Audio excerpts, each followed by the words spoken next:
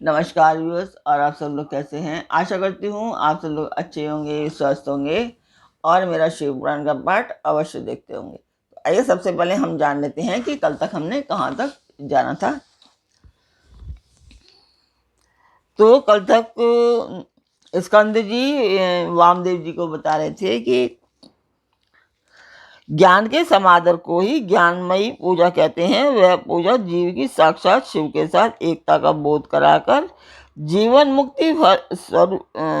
मुक्ति रूप फल देने वाली है। कल यहाँ तक जान रहे थे हम। अब हम इसके आगे चलेंगे। तो ये पाठ जो मैं कर रही हूँ, ये एक शुभ कार्य है, मंदिर के लिए कर रही हूँ और इसमें मैं आप सब लोगों का सहयोग चाहती हूँ। मैं उस मंदिर के लिए कुछ करना चाहती हूँ और अपने ही पैसे से करना चाहती हूँ, खुद करना चाहती हूँ। तो जिस मंदिर का मैं वर्णन कर रही हूँ उस मंदिर की मैं वीडियो डालती हूँ, आप लोग देखें। आप मेरे वीडियो को बहुत ज़्यादा प्यार दें, ज़्यादा से ज़्यादा प्यार दें। सबको, अपने फैमिली एंड फ्रेंड्स को सब्सक्राइब कहें कि सब्सक्राइब करें वो भी, और शेयर करते रहें ज़्यादा से ज़्यादा। तो मंदिर की मैं वीडियो डाल देती हूँ, आप लोग देखें। आप मुझे बताएं कि आपको मेरा शिव पुराण कैसा लग रहा है। मैं जो पढ़ रही हूँ शिव पुराण, वो आपको कैसा लग रहा है एक्चुअली।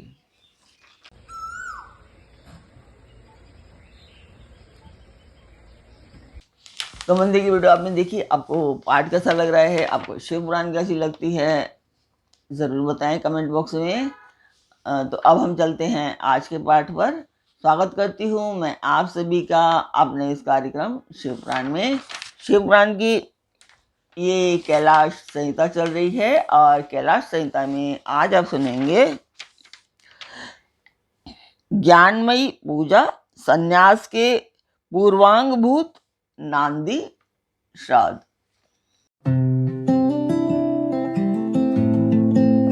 कल तक था कि स्कंद जी कह रहे थे वामदेव जी से कि यतियों के लिए इस पूजा को सर्वोत्तम तथा निर्दोष समझना चाहिए। महाप्राज्ञ, तुम पर स्नेह होने के कारण लोकानुग्रह की कामना से मैं उस पूजा की विधि बता रहा हूँ, सावधान होकर के सुनो।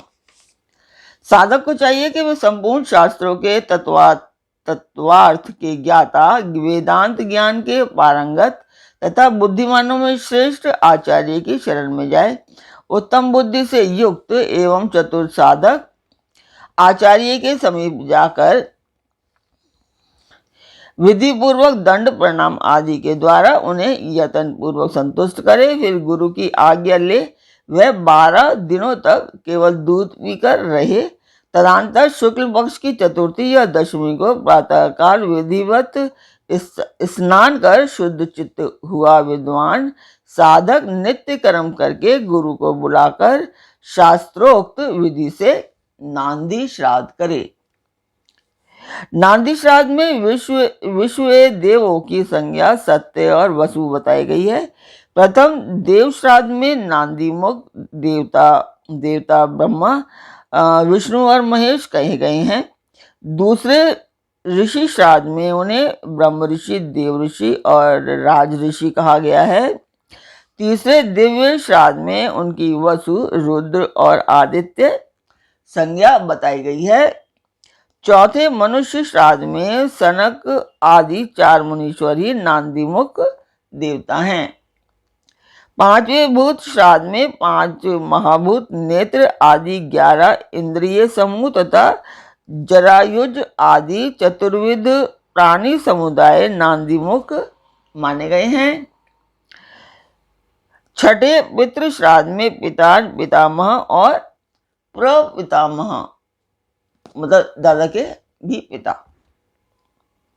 ये 3 नांदीमुख देवता हैं। 7वें मातृ श्राद्ध में माता, पितामही और प्रपितामही, इन तीनों को नांदीमुख देवता बताया गया है। तथा 8वें आत्म श्राद्ध में आत्मा, पिता, पितामह और प्रपितामह, ये 4 नांदीमुख देवता कहे गए हैं। माता महात्मक श्राद्ध में मातामह, प्रमातामह और वृद्ध प्रमातामह, ये 3 नांदीमुख देवता सपत्नीक बताए गए हैं।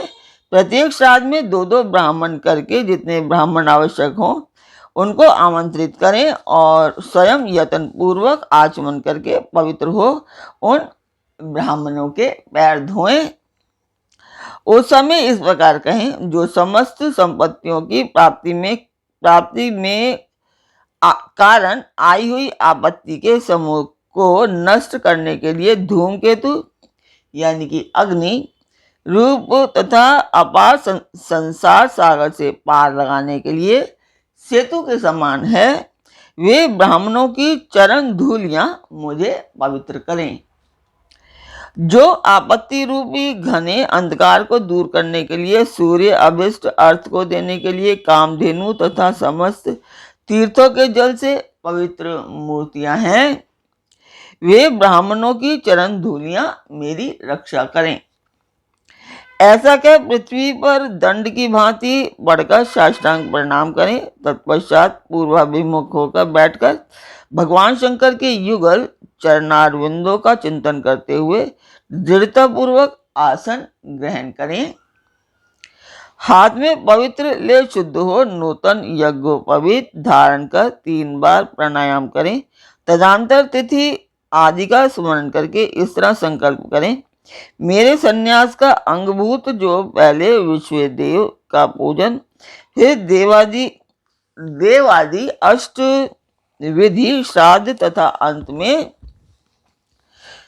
माता में श्राद्ध है, उसे आप लोगों की आज्ञा लेकर मैं पार्वन की विधि से संपन्न करूंगा। ऐसा संकल्प करके आसन के लिए दक्षिण दिशा से आरंभ करके उत्तरोत्तर कुशों का त्याग करें। तत्पश्चात आचमन करके खड़ा हो वर्ण क्रम का आरंभ करें। अपने हाथ में पवित्री धारण करके 2 ब्राह्मणों के हाथों का स्पर्श करते हुए इस प्रकार करें, इस प्रकार कहें, विश्व देवार्थ भवन्तौ वृणे भगवद्दयाम नांदी श्राद्धे शनः प्रसाद न्यः। अर्थात हम विश्व देवी श्राद्ध के लिए आप दोनों का वर्ण करते हैं। आप दोनों नांदी श्राद्ध में अपना समय देने की कृपा करें। इतना सभी श्राद्धों के ब्राह्मणों के लिए कहें। सर्वत्र ब्राह्मण वर्ण की विधि का यही क्रम है।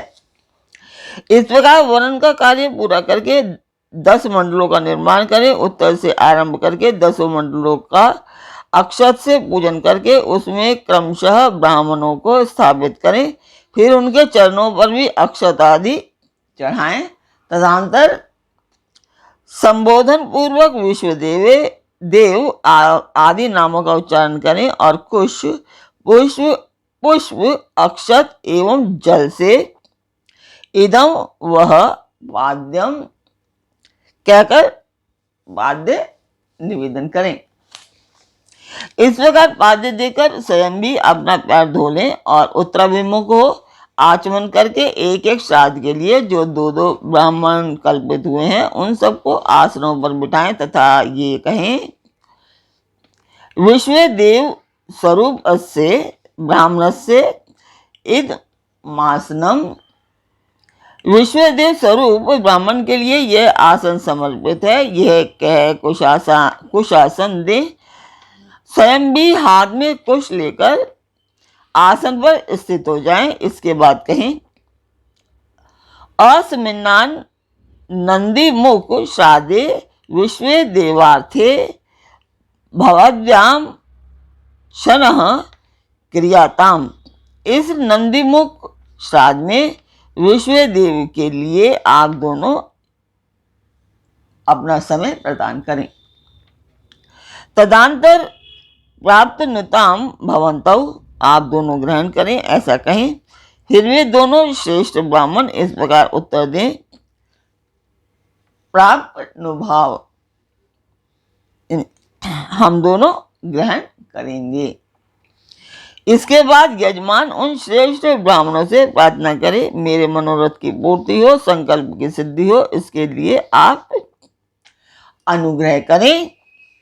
तत्पश्चात पद्धति के अनुसार अर्घ्य दें। पूजन कर शुद्ध केले के पत्ते आदि धोए हुए पात्रों में परिपक्व अन्न आदि भोज्य पदार्थों को परोसकर पृथक पृथक कुश बिछाकर और स्वयं वहां जल छिड़क कर प्रत्येक पात्र पर आदर पूर्वक दोनों हाथ लगाकर पृथ्वी ते पात्रम इत्यादि मंत्र का जाप करें, इत्यादि मंत्र का पाठ करें। वहां स्थित हुए देवता आदि का चतुर्थ्यंत उच्चारण करके अक्षत सहित जल ले स्वाहा बोलकर उनके लिए अन्न अर्पित करें और अंत में नमम इस वाक्य का उच्चारण करें। तो आज ये मैंने आपको सेकंड पार्ट सुनाया, कल के पार्ट वाला जो हम पढ़ रहे थे इसके आगे था। तो आज का पाठ मैं यहीं पर पूर्ण करती हूँ। कल फिर मिलेंगे एक नए पाठ में, एक नई उमंग, एक नई तरंग के साथ। तब तक के लिए आज्ञा दीजिए। ओम नमः शिवाय। जय माता की।